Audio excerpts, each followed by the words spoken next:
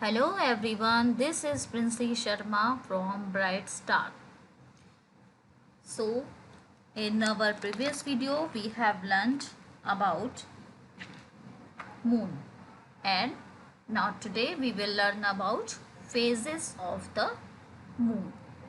Phases का मतलब है दशाएं। दशाएं जैसे मतलब किसी चीज़ की पोजीशन, उसकी स्थिति, उसकी दशा बदलती रहती है। दशा में उसका आकार क्या हो रहा है वो बदलता रहता है, उसको कहते हैं उसके उसको चेंज होना। ठीक है, तो phases of the moon, moon की दशाएं। एवरी डे, हर दिन, the moon looks different when viewed from the अर्थ। जब हम अपनी अर्थ से मून की तरफ देखते हैं तो हमें थोड़े थोड़े दिनों के अंतराल में मून का जो शेप है वो अलग दिखाई देता है।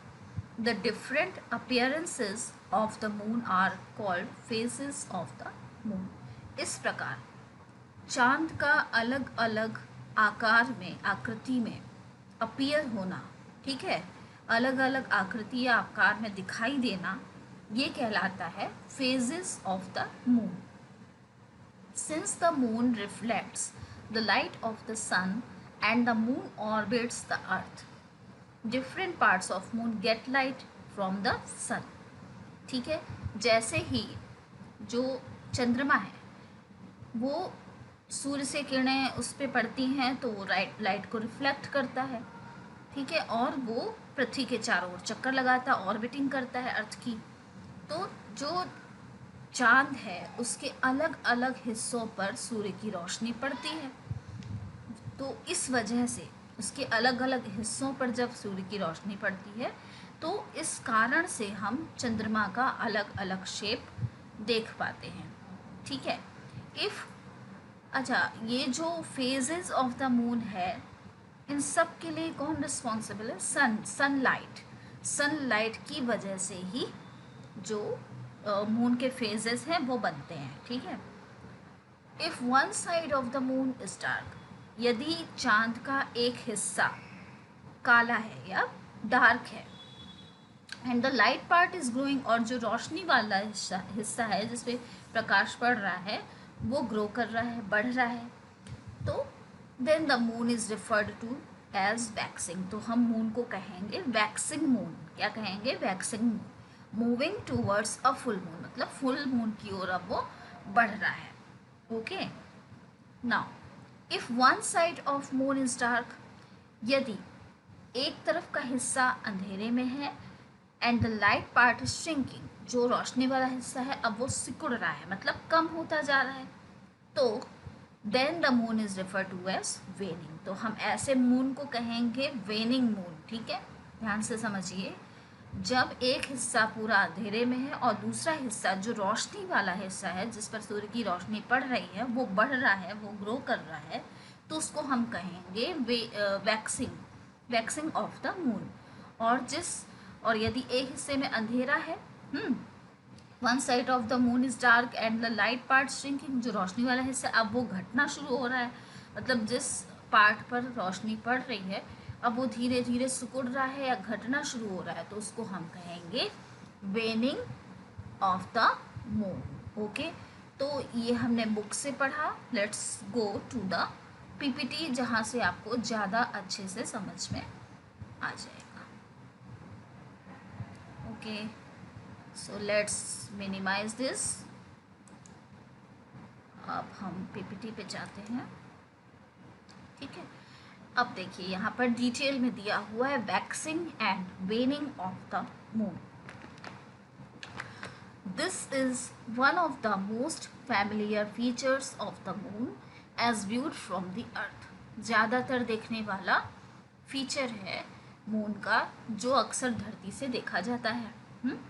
What we are seeing in the moon what we are seeing is the moon's monthly orbit around the earth। हम क्या देखते हैं कि चांद जो है हमारी धरती के चारों ओर मंथली मतलब ऑर्बिटिंग करता है, घूमता है, which starts with the new moon and takes 29 days, जो कि न्यू मून से शुरू होता है और इसमें टाइम कितना लगता है? 29 days 12 hours and 44 minutes, मतलब 29 दिन 12 घंटे और 44 मिनट का टाइम लेता है, ठीक है। और शुरू कहाँ से होता है? न्यू मून से। ओके, तो व्हेन न्यू, जब जब न्यू मून की पोजीशन होती है तो क्या होता है? Moon is positioned between the earth and sun. जो मून है सूर्य और धरती के एकदम बीच में आ जाता है, सेंटर में आता है, ठीक है। दस the illuminated area of its surface is not visible from the अर्थ। तो उसका हाफ पोर्शन, ठीक है, जो सूर्य की तरफ है उस पर तो रोशनी पड़ रही है। अब मून सेंटर में है आपके, एक तरफ सन है एक तरफ अर्थ है और बीच में पड़ रहा है मून। तो जिस तरफ सन है उस तरफ के हिस्से में, मून के हिस्से में रोशनी है, लेकिन जो हिस्सा अर्थ की तरफ फेसिंग है, जिसका जो हिस्सा अर्थ की तरफ पॉइंटेड है, तो उस हिस्से पे तो रोशनी नहीं आ रही है, तो वो तो पूरा ब्लैक दिखेगा ना। तो वो हिस्सा कहलाएगा न्यू मून, ठीक है। This phase is symbolically represented by a black disc. ये कैसा दिखाई देगा? एक ब्लैक डिस्क की तरह दिखाई देता है। As the moon progress on its orbit, अब मून एक ही जगह पे स्थिर तो है नहीं, वो रिवॉल्यूशन करता है और रोटेशन भी करता है, तो अब वो वहीं पर तो रहेगा नहीं, तो धीरे धीरे वहाँ से बढ़ना शुरू होता है, खिसकना शुरू होता है। तो जब वो बढ़ेगा, it reflects a crescent of light that expands until it is seen from earth as a luminous disc the full moon, ठीक है। अब जैसे जैसे वो बढ़ेगा तो उसका आपको एक कौन सा शेप दिखाई देगा? Crescent of light. जो शेप है क्रीसेंट शेप दिखाई देगा, लाइट का क्रीसेंट शेप दिखाई देगा। मतलब अब वो पूरा अंधेरा था उस पे, उस पोर्शन पे जो अर्थ की तरफ था, अब मून बढ़ने लगा तो उसका थोड़े से हिस्से में रोशनी आई, थोड़े से हिस्सा, चूँकि मून कैसा है? राउंडेड है ना, तो उसका हाफ पोर्शन में, अगर हाफ से भी बहुत ही कम पोर्शन में लाइट आ रही है तो वो क्रिसेंट शेप में दिखने लगेगा। तो अब वो किस तरफ की ओर बढ़ रहा है? धीरे धीरे फुल मून की तरफ बढ़ना शुरू होता है। तो new moon to full moon बढ़ना शुरू होता है। In this phase moon is on the opposite side of the earth on the to the sun. इस फेज में क्या होता है? मून जो है अर्थ के पीछे होता है। मतलब पहले सन, फिर अर्थ, फिर पीछे साइड में मून आ जाता है। तो जब अर्थ के पीछे जाता है तो उस पर फुल रोशनी पड़ती है। From that point on the illuminated area decreases until the moon renews its orbit once more. फिर से क्या होता है? पहले न्यू मून रहता है, यानी कि पूरा अंधेरे में हो गया, ठीक है। अब वो धीरे धीरे बढ़ना हुआ तो उसकी रोशनी बढ़ना शुरू होती है और फिर वापस वो फुल मून पे, पहले न्यू मून से फुल मून आता है, फिर फुल मून से वापस न्यू मून पर जाता है। तो एक प्रकार से जो मून है, आपको दूसरी पीपीटी से समझाती हूँ। ये देखिए पिक्चर के थ्रू, सॉरी, हाँ ये देखिए, ये आपको ऐसे समझ में नहीं आ रहा था। तो दिस इज अर्थ, ठीक है। अब ये अपना मून है, ये कहलाता है ऑर्बिट, मतलब एक फिक्स पाथ, ऐसा एक रास्ता जिस पर कोई सैटेलाइट किसी प्लैनेट का क्या करता है? ऑर्बिटिंग करता है, यानी उसके चक्कर काटता है, ठीक है। अब ये जो ऑर्बिट है, यानी कि जो इसका स्थान है जहाँ से मून रोज रोज चलता है, तो वो कुछ इस तरह से है, ठीक है। थोड़ा सा टिल्टेड है, झुका हुआ है, उसका ऑर्बिट भी झुका हुआ है।